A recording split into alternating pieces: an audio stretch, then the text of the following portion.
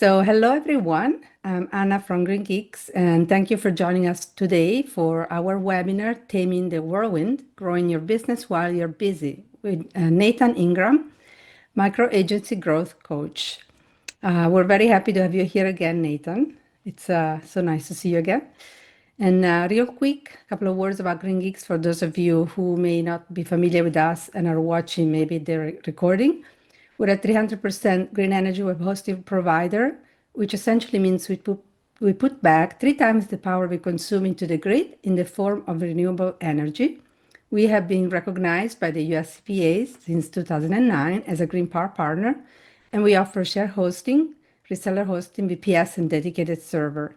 Also, we plant a tree for every hosting account, and we just reached a milestone of 50,000 trees planted through our partnership with global reforestation nonprofit One Tree Planted. So a couple of housekeeping items. If you have any questions during the presentation, please go ahead and put them in the Q&A for Nathan to answer at the end of his presentation. You're welcome to chat in the chat room, but remember to select everyone if you want everyone to see what you're discussing. And as always, we're recording this, so if you have to step away, don't worry, because we'll be sending you the video recording in the next few days. And finally, as always, we have enabled live transcriptions for this webinar, so you have the ability to enable the transcription by clicking on the show captions icon. So I'm going to say hi to Erica, introduce Erica Barbosa from our team at GreenGeeks, who will be assisting us with the Q&A and the chat. Hey, Erica, do you want to say hi? Thank you, Anna. Hi, everyone. I am Erika Barbosa. I am from Costa Rica. I work in the partners team, and today I'm going to be assisting the chat and hope you enjoy today with Nathan. Thank you for being here. Yes, great. Thank you. I'm going to say a few words about Nathan, and then I'm going to leave the floor to him. Nathan is a growth coach for micro agency owners, helping them become more successful in their businesses. Based in Birmingham, Alabama, he's an agency owner himself, working with clients to build websites since 1995. He's also the creator of Monster Contracts, battle-tested contracts for WordPress client work. He publishes the Agency News Weekly column for Post Status, the most established community for the business in WordPress. And you can learn more about Nathan, and I'm sure you're going to share this information, Nathan, at nathaningram.com. So welcome, Nathan. Would you like to say hi and start sharing your screen and your presentation? Yes, absolutely. I'm really happy, pardon me, really happy to be back with you. I think I was looking back, we did a webinar, maybe it's been a few years ago. It may have been during COVID even. Yeah, but it's been been a a long while. time It's ago. great to be back with y'all. Thank you. Thank you for being back. I'm going to try to share. Is that working? Yes, we can see your Great. screen. All right. Well, I am super excited to be here, and especially to talk about this topic because it is a critical one for anyone who is running an agency or working with clients. And as you mentioned, I've been coaching micro agency owners for more than 10 years. I've had thousands of conversations with people who are doing client work around WordPress and other web platforms. And one thing I've learned over all those conversations, and really from my own personal journey as a web agency owner now for 30 years, is that we're tired. It's hard work and it's long work. And a lot of times we get into this business and we end up working far more hours than we expect to. It's very common for me when I'm meeting someone, especially in a coaching conversation, and they're working 50 hours a week, and they still feel like they can barely keep up with the work that's out there. And they have so much more that they want to do in their business, so many more things they want to offer or things they feel like they need to learn. But there's just no time because we seem to always be working on client work, always doing things for my clients. And that's a really common struggle. And that's where I want to start off today. So if you feel like that's you, see if this also relates. Man, this is me today. I have 287 different ideas for my business, and I've got them all written down someplace. And I know I'm going to do all of them by the end of the year. And that's, I've got all these things I want to do. And then it comes around a few months from now. Here's me in October, and oh yeah, I stumble across that list of ideas I had again. And I think to myself, these were fantastic ideas. Yeah, and I'm going to do all of them just as soon as I finish this project that I'm working on. And then I keep working on that project, and a few more months go by. And here's me in December, and I run across that list of ideas again. And I think to myself, yeah, these were such great ideas, and I'm going to do all of them next year. I've heard some variation of this story for years. I've experienced it myself. And this is a struggle that is not unique to us that are doing web work with clients. It's the age-old struggle between strategy and execution. So strategy is working on my business. It's doing things within my business to make it better, building systems and processes, and putting together new services maybe that I want to offer my clients. That's strategy, working on my business. But then there's execution, which is working in my business. That's the doing the work that my clients need. It's all the things that I do that make money in my business. And there's always a conflict in whatever industry you're in between strategy and execution. And the challenge is, especially for those of us who started in the web world as a technician, in other words, we're really good at the tech. We like to build websites. That's why we started doing this. For those of us who started as technicians, execution, the doing of the work is natural. We enjoy it. We understand that. But the strategy, like working on my business and building processes and creating new services and doing marketing and all those other things we have to do as business owners, that strategy stuff is hard for us. So the question is, why is it so hard for us to keep strategy in focus when we're trying to do all of this work? How do I grow my business even when I'm busy? And the word, I think, that describes the essence of this problem is whirlwind. Why is it hard to keep strategy in focus? Because we're in this whirlwind of work. So if you're like me, you have a lot of great ideas that would make my business better that never seem to get implemented. And why is that? It's because life gets in the way.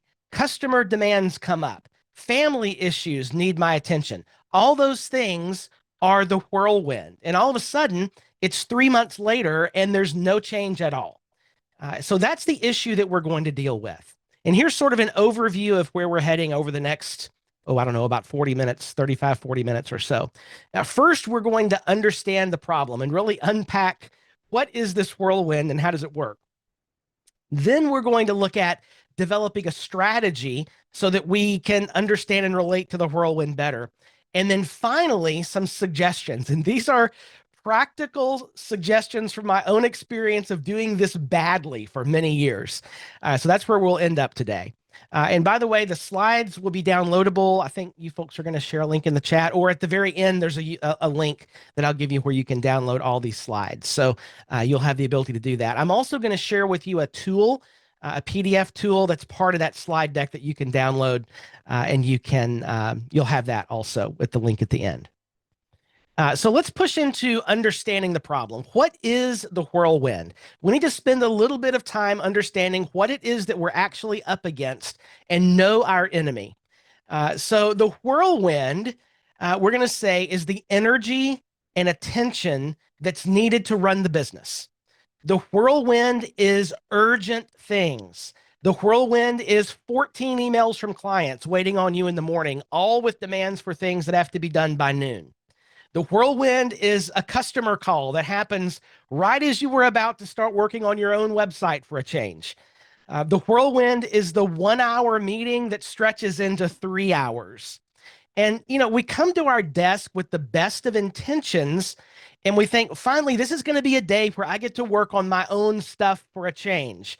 And it lasts about 10 minutes because we open our email and there's the whirlwind. All the things are there. All the requests are there.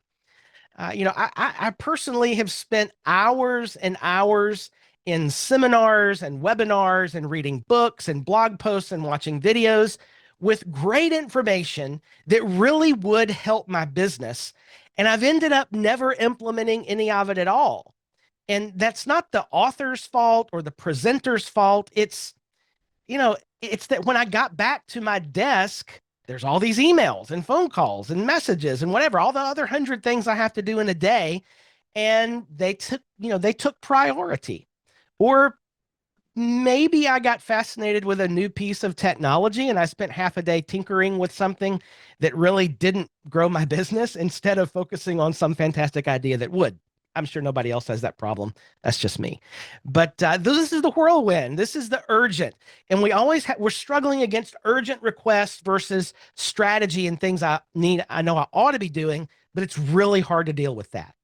So strategy is important. Like we understand that. We understand that we should have better systems and processes. We ought to be offering more things. There's so many things I could be doing to grow my business. Strategy is important. We understand that, but the whirlwind is urgent. And this is a key to this whole concept. There's a great quote from the Franklin Covey Company that says, when urgency and importance clashes, urgency wins every time. And it does, doesn't it? Like if there's some stuff we know that we ought to do because it's important, but then an urgent request comes up, we always choose the urgent. And as for our own strategy and goals, we'll get to those next week or next month or next year. And another idea gets added to the list that never seems to be implemented. So the problem with the whirlwind is this thing that we tend to do, which is delaying strategy. I'll get to it next week, next month, after I finish this project, whatever. Delaying strategy doesn't work. And the reason it doesn't work is that the whirlwind never goes away. And that's the lesson we never seem to learn. When we say I'll work on it later or next week or whatever, guess what's waiting next week too? The whirlwind. It's still going to be there. And so the whirlwind never goes away. And we just keep kicking the rock down the road, hoping that maybe one day the stars will align and I'll have this magical time to work on my business.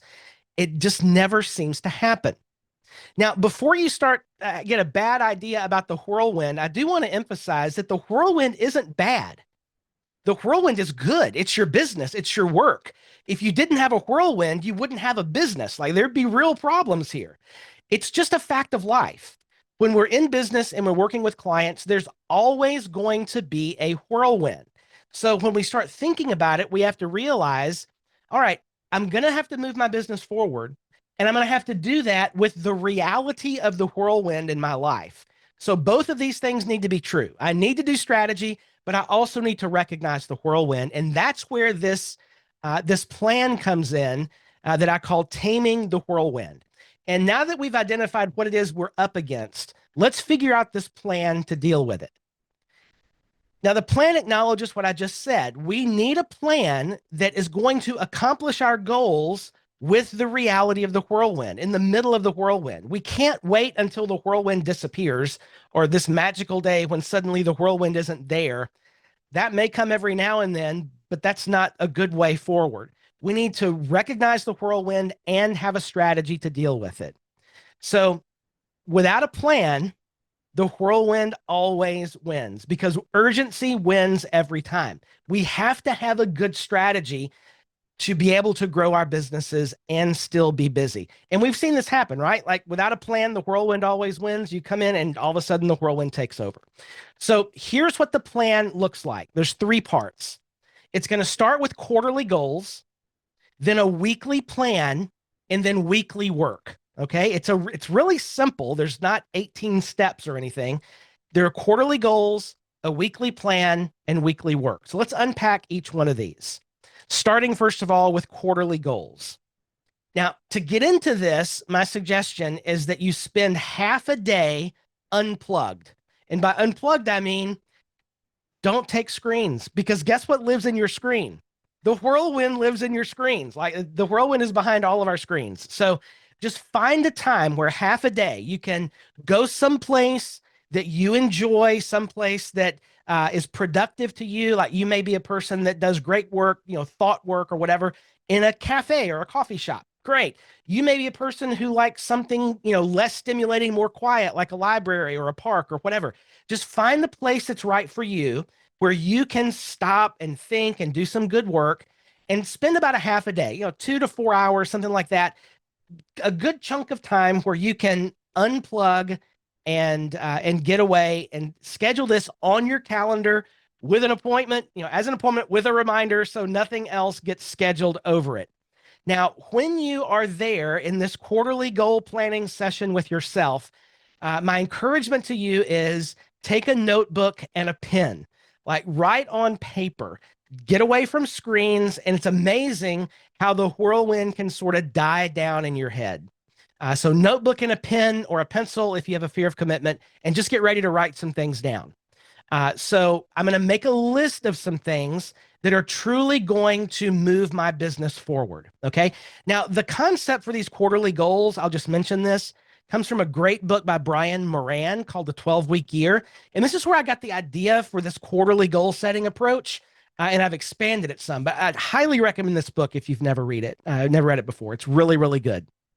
So during this quarterly goal session with yourself, you have a couple of things. I'm going to take these 2 hours and I'm going to figure out two tasks that I'm going to accomplish during that half day, 2 to 4 hour, however long it takes you.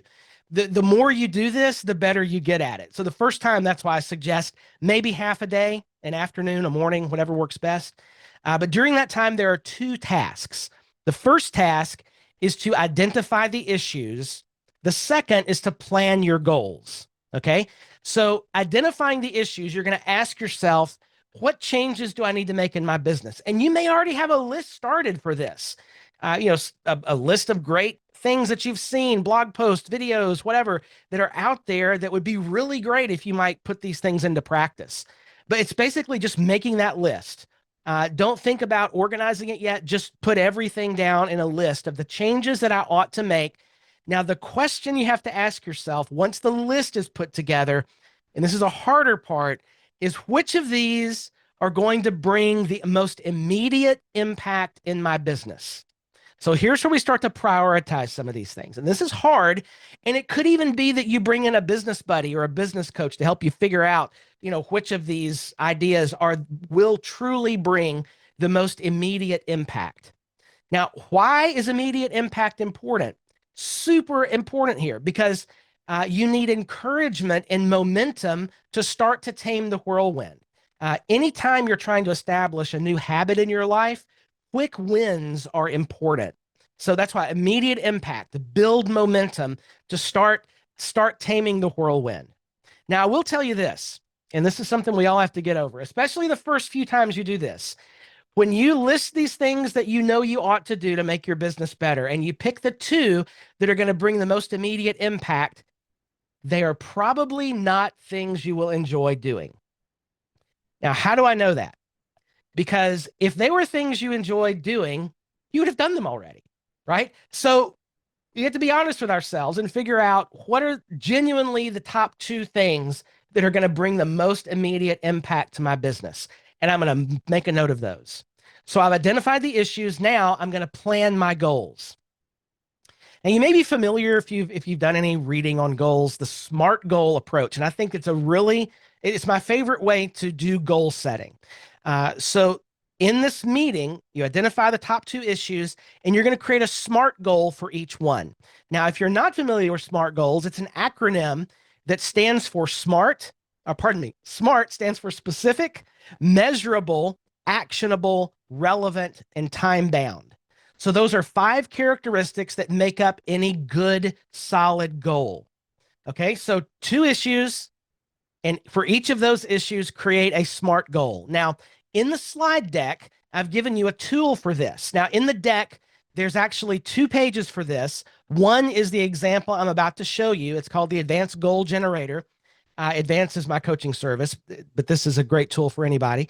And so there's one with this filled out example. There's also a blank one that you can print out. Okay, print it out, take it with you, write on it like with an actual pen or pencil, and flesh out your goal here.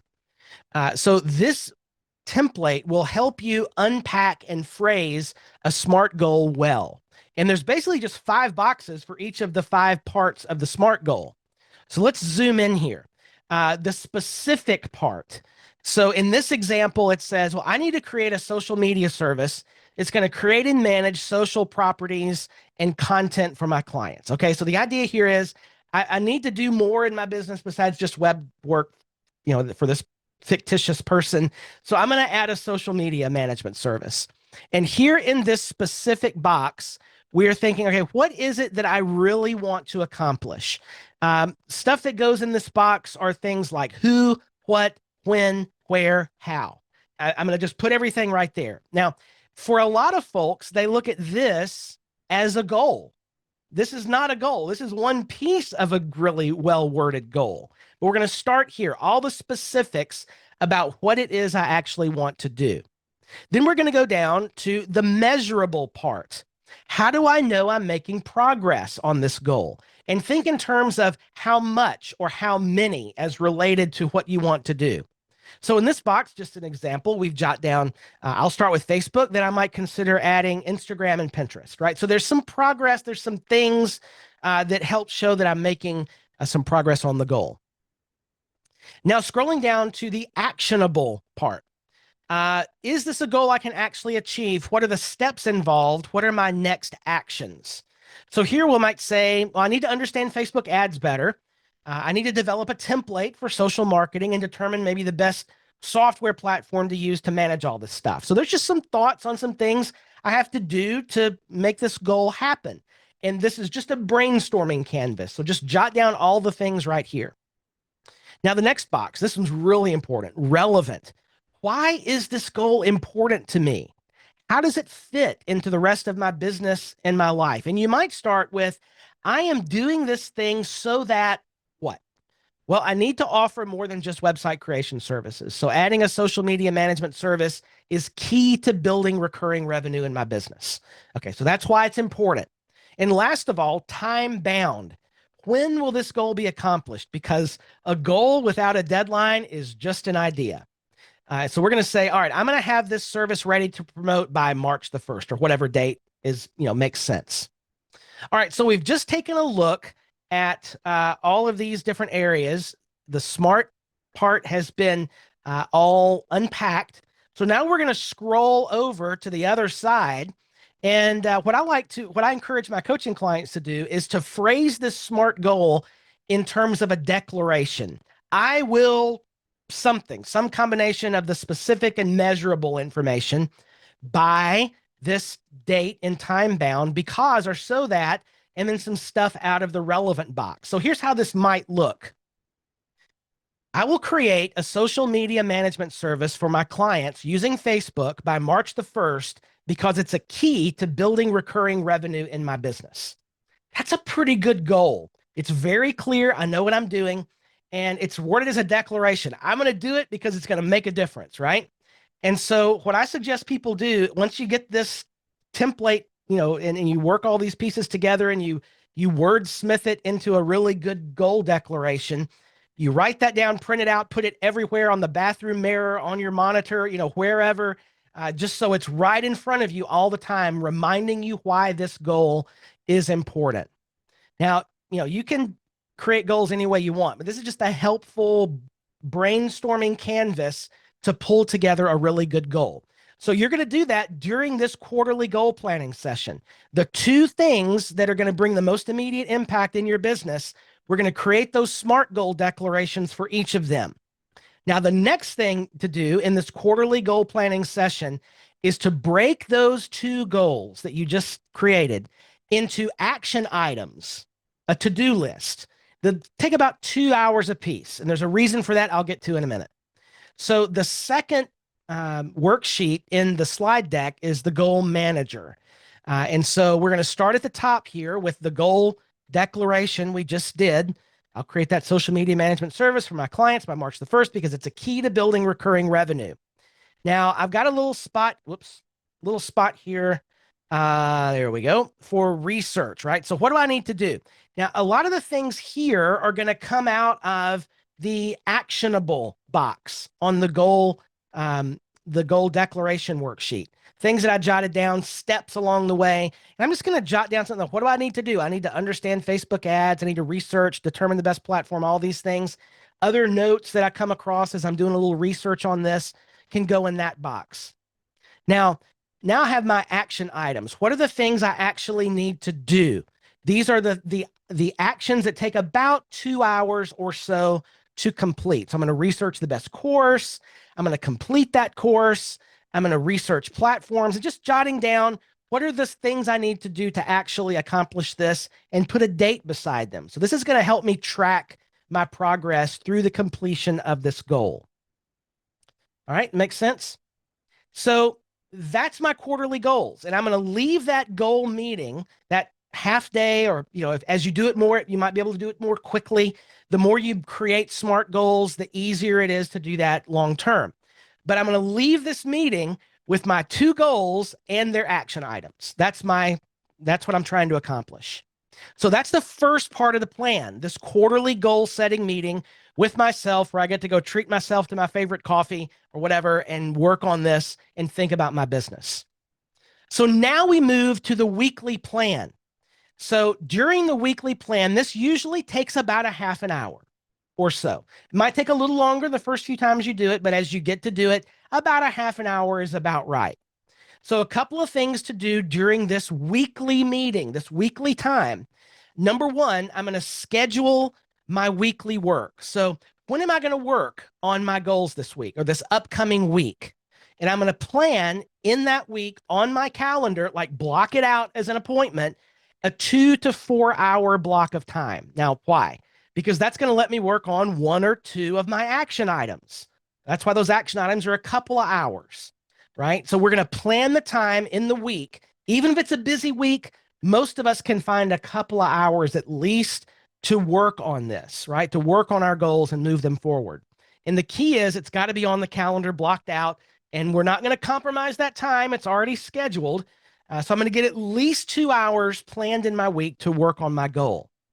Now, the second thing I'm going to do during this 30-minute meeting, weekly planning session, is I'm going to gather the resources to work. Now, this is so important. A long time ago, when I was trying to get into a regular workout routine, what I found was I had to do workout in the morning, just otherwise it would get lost in the day. And so I'd get up early, and then it was so hard to get up and get moving and whatever. What helped was laying out my clothes the night before. It's a simple thing, right? But like lay out my clothes the night before. That way I could get up half asleep, put on my clothes out the door and go. And this is a similar thing. I want to gather the resources, everything I need, all the links, all the documents, all, whatever is involved, so that when I start that strategy time of actually doing this work, right? Whatever it is, that action item I'm going to complete that week, I want everything ready to go so I can just start working. I don't have to figure out what I'm doing. I don't have to go look for a bunch of stuff. It's all there ready for me to go, just like I laid out my clothes the night before, all right? It's ready to start. So I'm going to collect everything together so I can start working immediately. Now, this is the part where everybody falls off of this plan. And it's so funny. I've given this talk in lots of different places over the years, and I've had people come back and say, well, gosh, it's just not working for me. And I'm like, well, how's your weekly plan go? Like your weekly planning meeting? And they're like, I don't do that. Well, that's why it's not working. Like this is the place where it falls apart. It has to be done before I start the week. Now, for me, for years, I did that on Friday afternoons. Then I moved it to Sunday evenings, which worked better for me. And then, or some people I coach do it early Monday morning at the kitchen table before they go to their work desk or whatever for the week. But whatever it is, you have to have the weekly plan, the planning meeting with yourself before the week starts. Because without a plan, the whirlwind always wins. But you can outplan the whirlwind. It will absolutely work. So here's an example of how you might think about structuring your week. Now, this is it's very simplified. It never actually works out this way. This is an oversimplified view of a week. But when I started to think about my week this way, things started to make sense. I realized at one point that I could divide every day into 3 blocks. I know that's brilliant, right? There's a morning, an afternoon, and an evening in every week. And especially when my kids were little, family time was critical. I was not ever going to compromise that. So my discussion with my wife, as I was trying to reform my old habits of workaholism, was every day the family is going to get one of these blocks. So here's what it might look like. Monday's a whirlwind day, right? So morning and afternoon, That's all going to be whirlwind work, but my family time comes in the evening. Tuesday, oh, we got a project we're working on. So we're going to give the whirlwind the morning and the project gets the afternoon time. We're going to block that off, not check email. We're just going to be working on project work. Same thing for Wednesday. Family gets the evening. Oh, Thursday morning, my kid has something at school. So I'm going to go to the school in the morning and watch this presentation and hang out and whatever it was. But then, oh, look, that's family got the morning. I'm working at night that day. So the whirlwind gets the afternoon, the project gets the evening. And I'm going to have my strategy time blocked out Friday morning. So I'm going to work on my strategy, get a goal action item accomplished, leave time for the whirlwind in the afternoon, family gets the evening. Now, this is incredibly oversimplified. It's never this neat, but I just want to give you the idea of what it could look like. And the issue here is you can contain the whirlwind in a box with deliberate productivity habits. And by that, I mean, don't leave your email open throughout the day. Check it only at certain times, only in whirlwind boxes.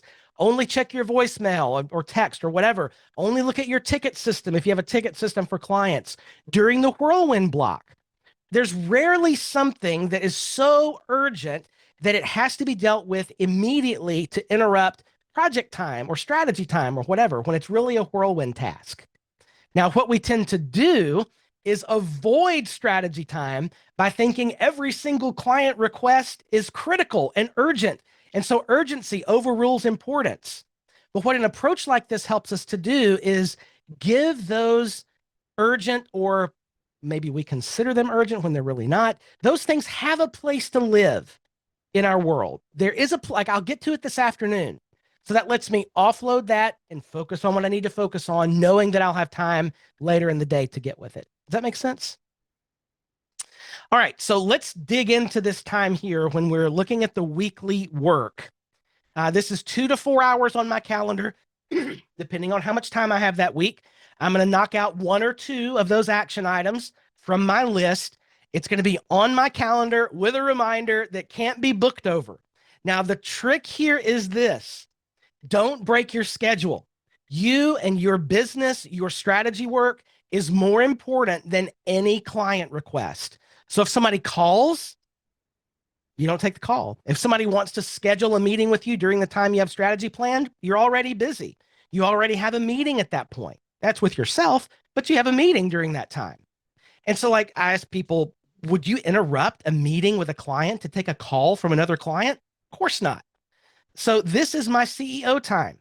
It's on the calendar every week, and I don't compromise the time, because how many times have I put off my own strategic work to do minor work for a client?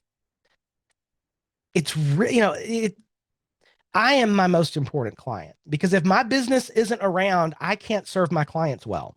So it goes on the calendar with a reminder, blocked off. I don't compromise that time. Okay, so then once we get to the end of the quarter, we repeat the process. Quarterly goals, weekly plan, weekly work, and it just keeps going. Now, I realize we kind of drew that out over several slides, so let me put it together in a single visual of how this strategy works. We start with that quarterly planning meeting, half a day, identify the issues, plan the goals, okay? We come out of that with 2 goals.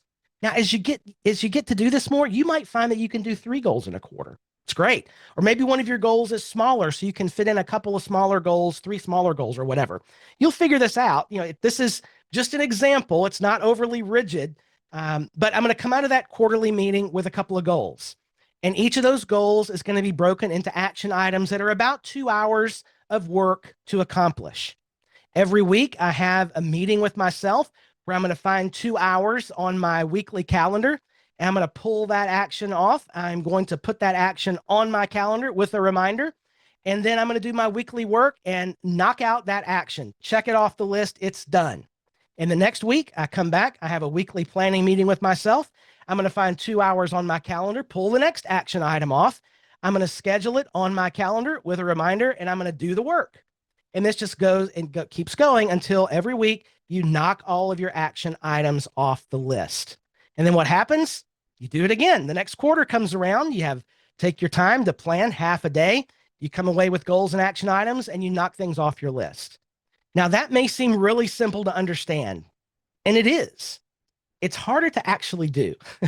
And so you just have to, you gradually teaching yourself how to isolate the time to do your own strategy work while giving the whirlwind a place to live in your calendar. Now, a few suggestions as we start to wrap things up and head toward questions. I have done this wrong in probably every way possible. Okay. So I'm going to offer a few suggestions from my utter failure to do this for many years. And the first is we have to prioritize. I learned a long time ago that I will always have more things I want to do than time to do them. We will always have more goals than time. So we have to pick just one or two ideas to work on and give them focus. We will always have more goals than time. And we have to be honest about which is going to bring the most immediate impact to build the momentum that we need in order to really, truly tame the whirlwind in our world, because that momentum is key to building habits. We have to be honest with ourselves. So there's a psychology to this, it helps us to stick to new habits when we see things actually happening and get that momentum. So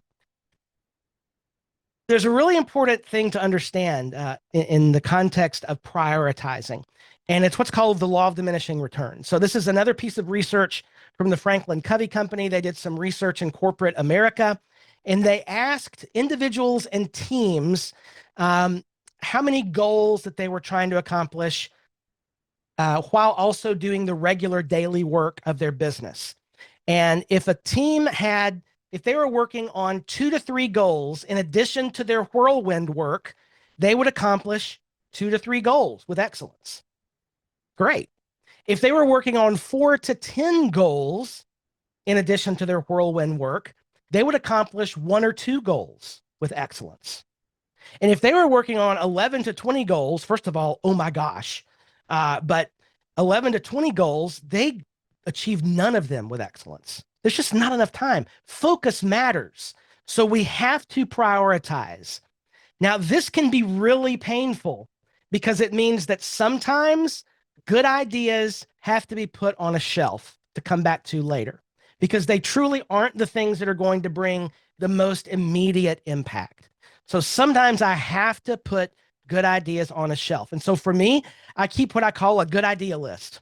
And it's in my Notion. And I've just got this list of great things. And whenever I see something that's cool, it goes on the good idea list, and I'll look at it every quarter during my quarterly planning meeting and see if it's something I can actually promote to something I actually want to do.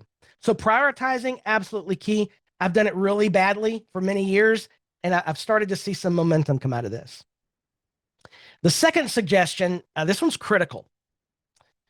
Especially if you are a solopreneur, you have to separate your roles.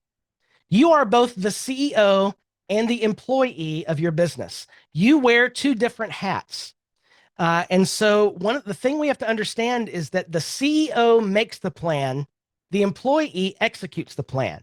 Even if I'm the same person and I'm just wearing different hats, the CEO has to make a plan, the employee executes the plan. Now, this is important because when it comes to that Friday morning time that you have blocked, or whenever it is, it's just blocked out on the calendar to do strategy work, the CEO of your business has told you, the employee, to block out that time and do that work. So you, as the employee, cannot change the schedule because we have work to do here, right? It helps to differentiate our roles and really think of it as wearing different hats.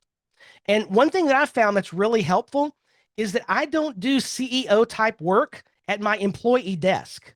This place where I am right now in my office, I don't do CEO work here. I go and sit out on our deck, or I go to my favorite coffee shop, or I go someplace else.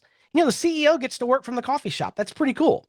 But I don't do CEO work at my employee desk. And it's a little trick that I've learned over the years that helps to keep me in the right headspace when I'm doing work versus strategy.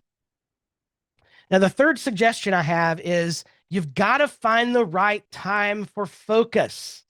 And this is something I've really unpacked in the last 5 years, and it has created incredible multipliers in my productivity. And I just ask myself, when is the best time for me to do strategic work? And I have a whole other section on this. Maybe we can talk about it some other time, or I've got a course that I'm working on for this. But the idea is this. There are certain times of the day when everyone is more focused and productive than other points of the day. You may notice this in your own world. Like, gosh, like for me, between about 8:30 in the morning and 11:30 or noon, it's like golden time. I can knock things out and accomplish it. So what I've learned is I structure some special types of work during that time, and I don't check my email at all during that time because I don't want to get sucked into the whirlwind when I'm in my most productive time of the day. Like that's when I'm the highest, most creative, best thinking. I want to do really high level work, not update somebody's picture on their website during that time. That'd be a huge waste of time. So when is the right time for you to focus? Recognize that and stay out of your inbox. Guard that time. That's when we do our highest productive work.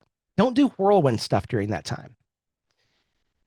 Something else you might do is consider a sprint week.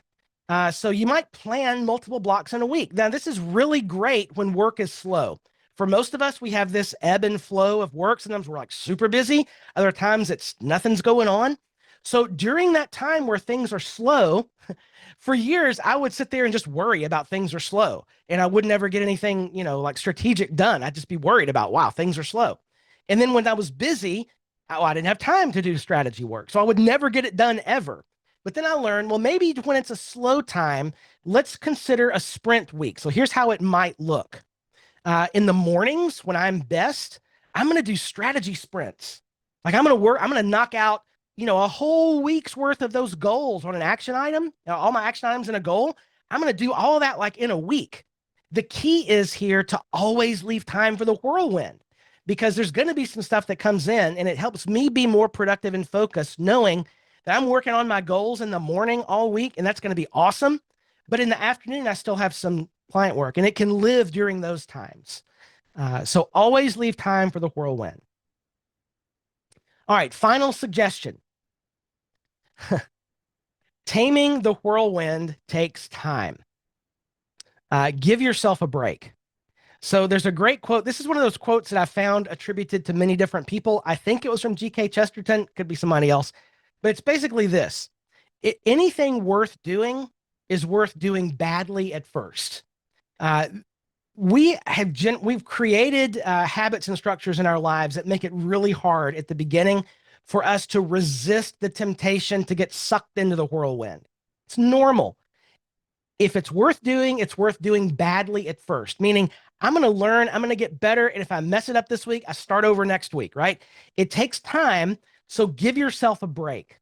And just, if it's a bad week, I'll do it better next week and pick up the process again. Like it takes time to create these new habits.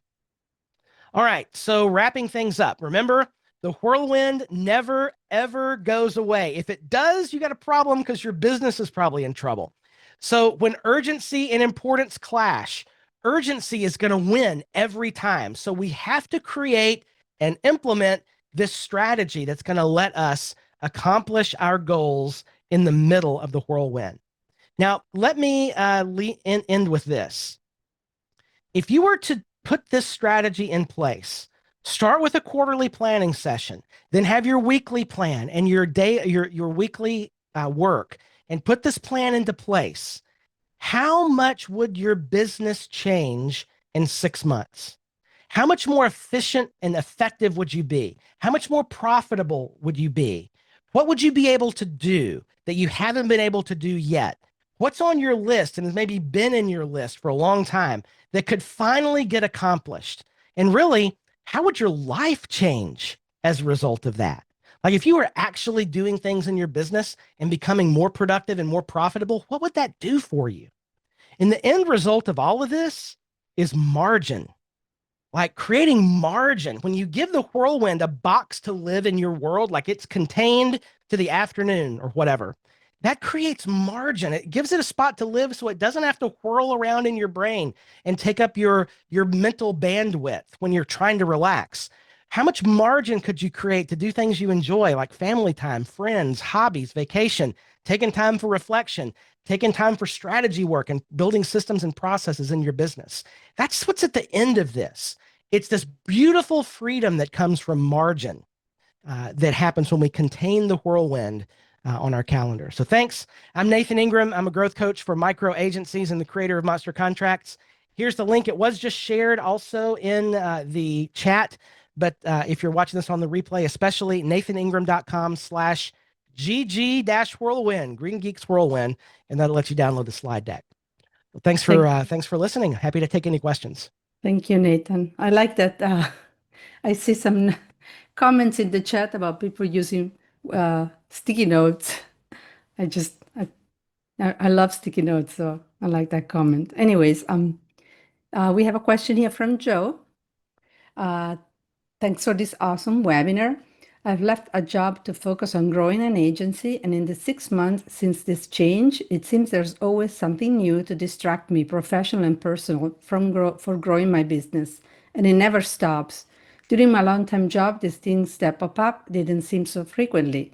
What is the biggest initial change I can make today to battle the whirlwind? Yeah. Wow, Joe. First of all, congratulations for stepping out and stepping away from a job and starting your own thing. That's a huge step. So congratulations for that. The biggest initial change you can make to battle a whirlwind, I would say recognizing that it exists. And I know that seems simple, but for a lot of folks, they're very passive when it comes to the whirlwind. They just get sucked into it.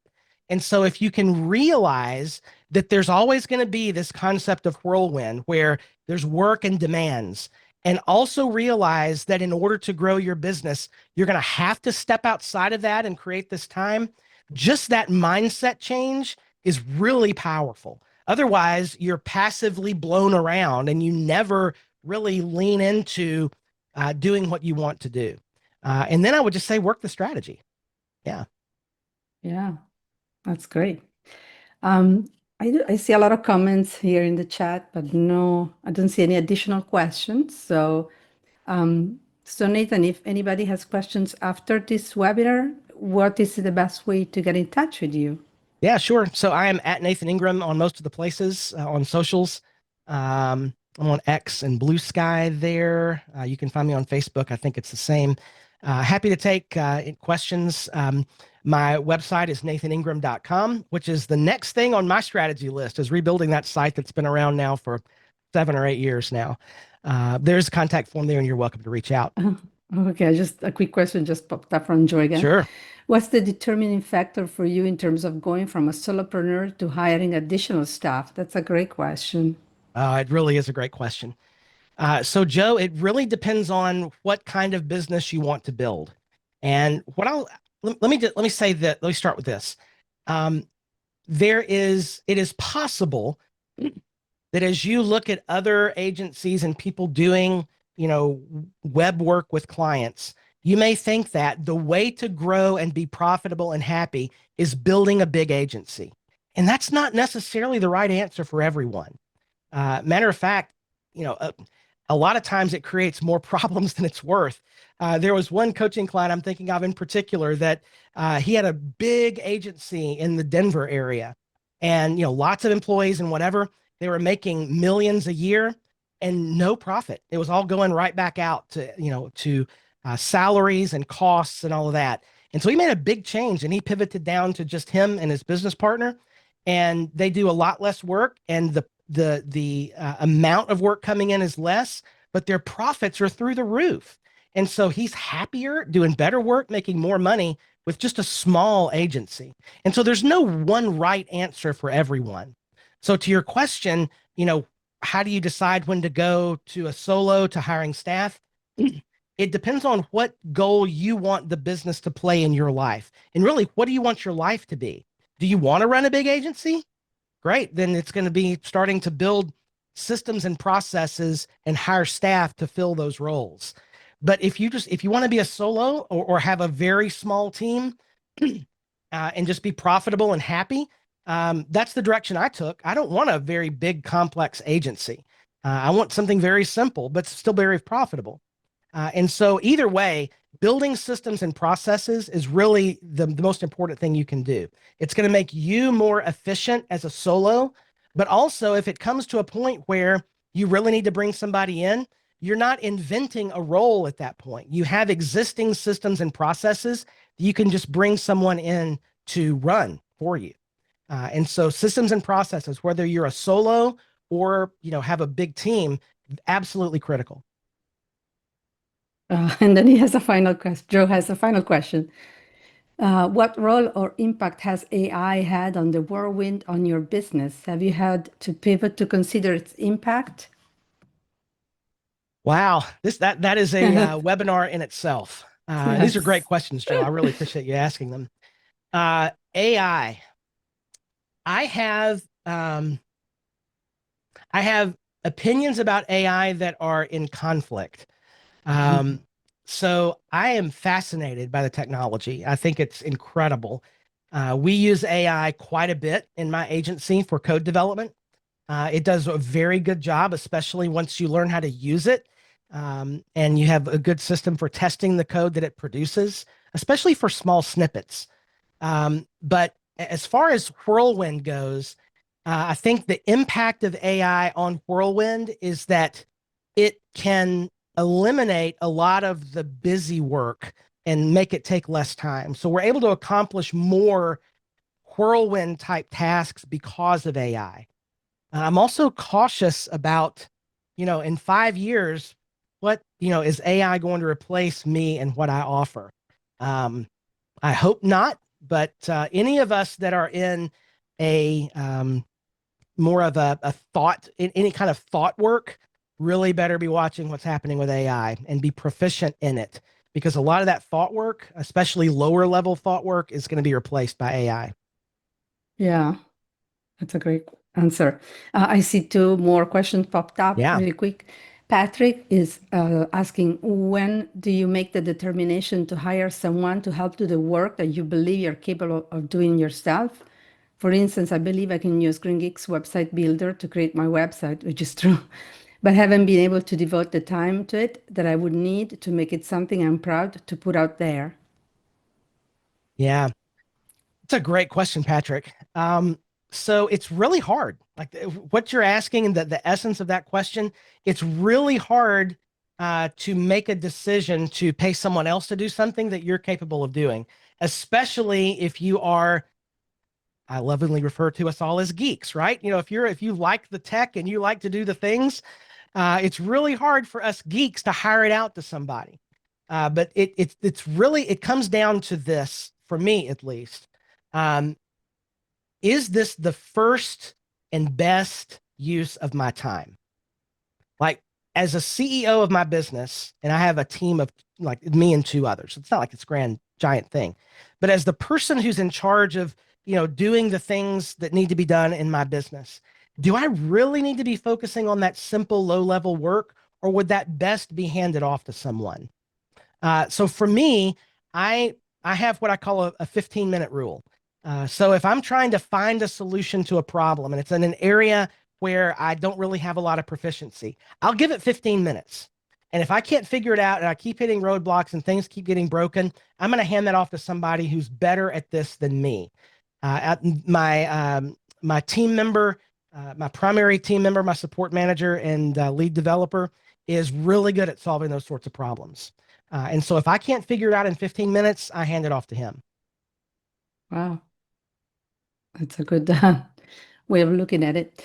And then we have Justin saying, I'm so busy with managing a business, going to school, and dealing with personal issues. I feel like I need more than 3 blocks a day just to catch up. Any advice?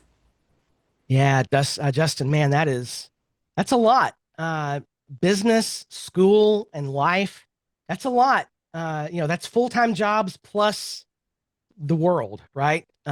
So it's a really hard place to be.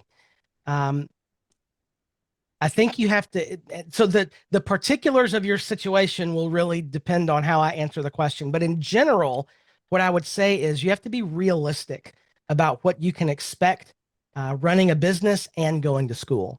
It's really hard for just about anybody to have two full-time jobs like that. Of course, it depends on how, are you a full-time student? Is your business full-time? All that. But it's really hard to do both of those things at the same time.